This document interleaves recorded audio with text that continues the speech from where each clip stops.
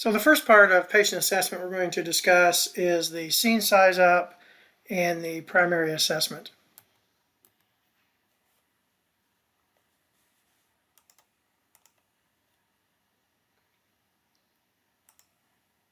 The scene size up begins at dispatch. It's very important that we listen to the initial dispatch to get some information. It's also very important to realize that our dispatchers are taking information from people who may be excited, who may not be telling the full truth, and who just may not totally understand the situation. So our dispatchers' information sometimes isn't 100% correct, but it is the best information we have at the time. So it is important that we listen to that and start thinking towards what we believe that we are responding to. An emergency scene is very dynamic, so it is important that we realize that things may change. So as we do our scene size up and look at scene safety, we need to realize that our scene may not stay safe if it is. We need to maintain our situational awareness. So at the same time we're treating the patient, we need to also make sure that we are aware of our surroundings and that we are aware of these dynamic type scenes. We need to observe things as we are arriving at the scene. Again, avoid getting tunnel vision. It's very important that we constantly maintain good situational awareness. So as you arrive at the scene, look around, see what you see. You may see other first responders there. You may see law enforcement. You may see fire departments. But it is important to keep your situational awareness. You want to ensure your scene safety before you enter. For example, as you look at this picture here, what are you observing? What are you seeing? It's important to wear high visibility safety vests when you're on roadways. This is a requirement from the Department of Transportation. It's also important to consider difficult terrain, traffic patterns, environmental conditions. We want to help protect bystanders from becoming patients as well. So another safety issue could be pets. Could be dogs, such as this picture. It could also be other pets, such as snakes and those sorts of things. So we're going to look at our mechanism of injury, if it's trauma, or nature of our illness, if it's medical. So again, does this call for a medical condition, a trauma condition, or both? It could very well be both. Someone could be having a medical condition and then become injured because they fall, or someone could have had a traumatic injury and then have, for example, a heart attack in addition to that. It's not that common, but it can happen. It's important that we at least consider those things. So our mechanism of injury, our fragile areas include the brain, the spinal cord, and the eyes. So what we want to look at is the type or the amount of force that has been applied to the body. How long was it applied? Was it a quick impact? Was it an impact that has for example, crushed part of the body? Was that weight or force applied to the body for a longer period of time? And where is it applied to the body? You have to search for clues. You need to use your senses. In some respects, you're a detective. You're a detective putting pieces of the puzzle together to look for clues to determine what might be wrong with this patient. Talk to the patient if they're able to talk to you. Talk to family or talk to bystanders. Again, people who were there that saw what happened, they may be excited, they may be nervous, they may be scared, but try to get information from them because some of this information may be very valuable to you. Be aware of scenes with more than one patient with similar signs and symptoms. For example, carbon monoxide poisoning. If you have a family in a residence, especially during the wintertime, that has signs and symptoms of carbon monoxide poisoning, you're not safe in that environment either. So it's important to get them out or have fire department personnel go in with their SCBAs on.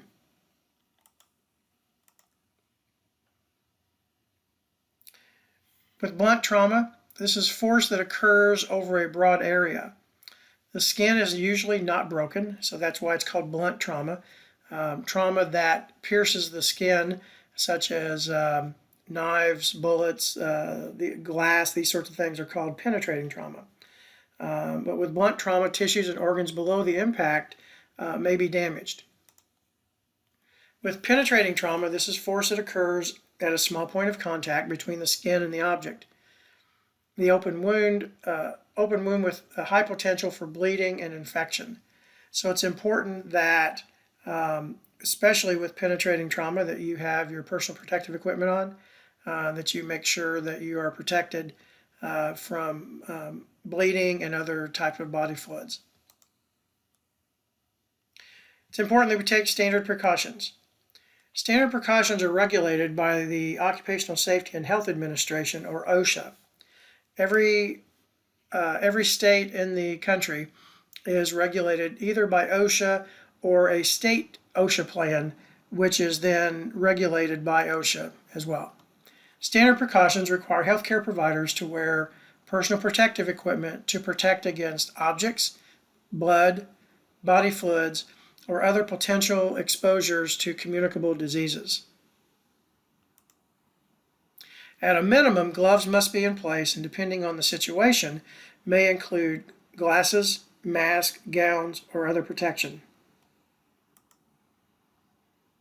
Next, you want to determine the number of patients. Attempt to accurately identify the total number of patients. With most of what we do in EMS, this is usually going to be one, but with, for example, like motor vehicle accidents, you may have multiple patients, and there's lots of other kinds of incidences where you may have multiple patients. If you do have multiple patients, use the incident command system, identify the number of patients, and then begin triage.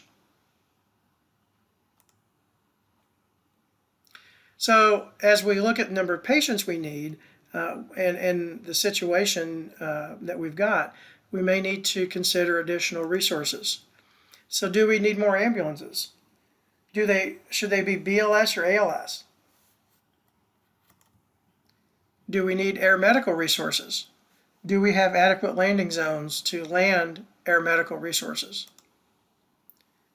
Fire departments with special training in high-angle rescue, hazardous materials, or water rescue. These are very important depending on where you're at in your jurisdiction. You should know which fire departments have these special training teams, but if not, your dispatching or your emergency manager for your local jurisdiction may or should know what those are. Do you need law enforcement? Is the scene safe? Do you need another jurisdiction to help?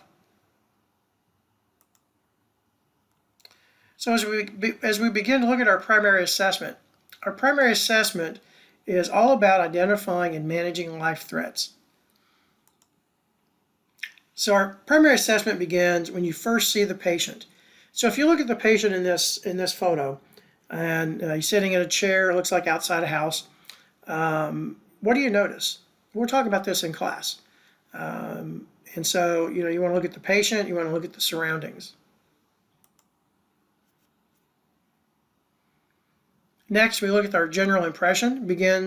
This begins to determine your priority of care. So our overall appearance. Again, what do you notice before you ever talk to the patient, touch the patient in this photo, for example? What do you notice? You want to look at their level of distress. You want to look at their age, their sex, and their race. You want to note their position.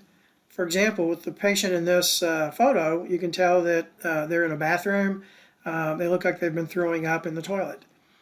So it's very important, again, just to take notice of their position and what they're doing.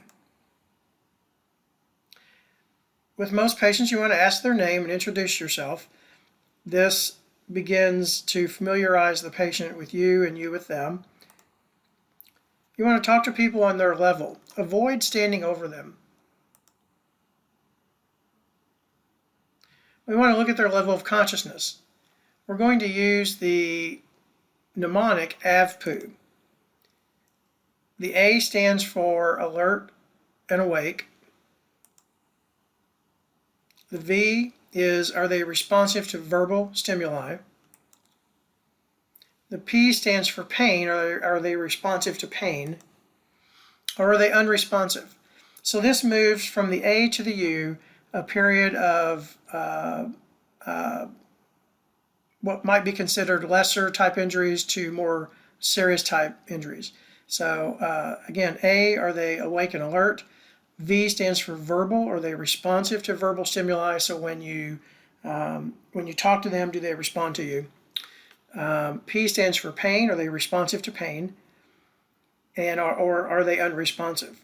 So with the gentleman in this photo in the upper right corner, it appears his eyes are open. We obviously in the picture can't talk to him, so we don't know if he's really talking to us. But it appears that he's probably awake and alert. But we do see that there is bleeding on his arm. So here in a minute, we're going to talk about looking at one of the life threats is looking at exsanguinating hemorrhage. So do we need to do something immediately with this hemorrhage? And then in the photos below, we see an unresponsive patient. Some ways to elicit some pain without actually injuring the patient is we can squeeze their earlobe. That is typically a more tender place on the body. Also on the upper part of the eye, or the orbit, right around where our eyebrow would be, there is the curvature of the bone that goes down into the eye or the orbit and meets the forehead. That is typically a very tender area as well. So we can place a little bit of pressure on that. Or we can grab the fleshy part, a little bit of the fleshy part of the neck and squeeze. Again, that's a kind of a tender part of the body. One of the things we want to avoid is sternal rubs. This has a variety of issues associated with it. It is a long-standing thing to do, but we do need to avoid doing that. So as we look at their level of consciousness, what is their orientation? We want to evaluate their ability to remember things. So are they oriented to person? Do they know who they are? Do they know where they are? And do they know approximately what time it is? And do they know what has happened to them, the event? And then we want to look at altered mental status, which is any deviation from the patient's normal baseline.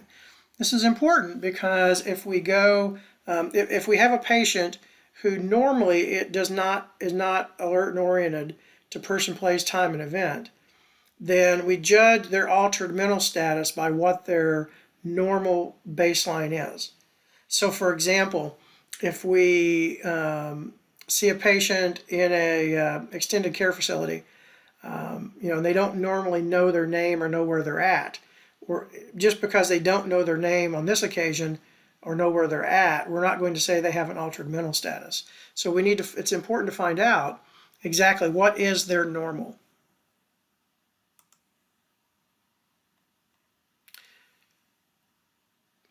And so you see, if you were seeing these two patients here, they've obviously been detained by law enforcement.